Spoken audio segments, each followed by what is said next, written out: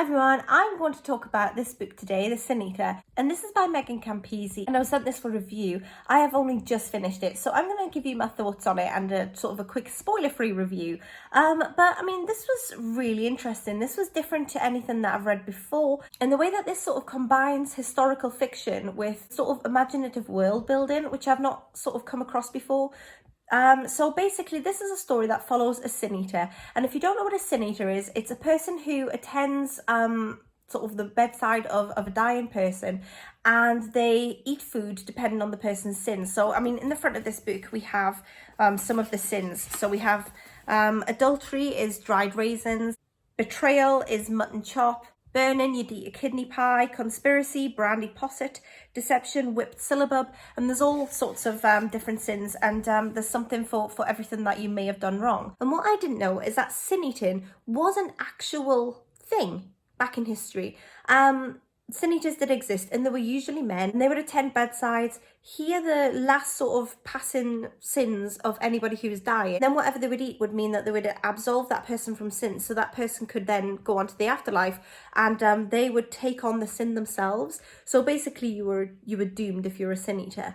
And I just found the whole concept really interesting because it was something that I didn't know was actually a thing. And I do love history. I studied history at school, and I've watched a lot of historical documentaries, and I've never come across anything about sin eaters.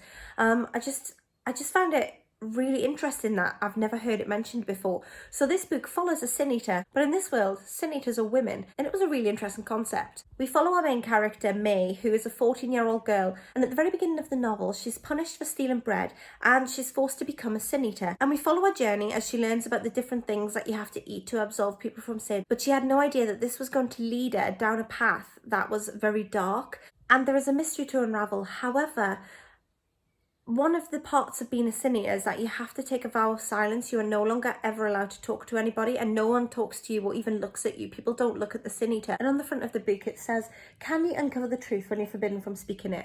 And I mean, I really enjoyed this. I enjoyed the historical world building. As I say, it's all based on sort of a fictional world, but it also has its loops in actual history.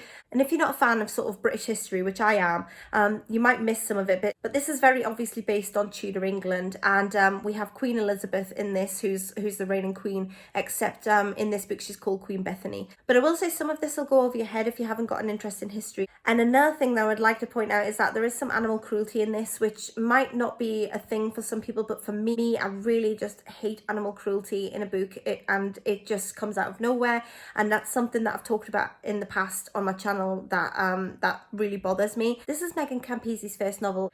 She's written plays in the past, and I just found it to be very interesting in genre blurring. So overall, I did enjoy The Sin Eater. I gave it 3 stars. But I would love to know, if you've read this, what your thoughts on it are, and how gorgeous is this cover. It is absolutely stunning, and I've never read anything like this before. So let me know your thoughts, and I'll speak to you soon. Bye for now.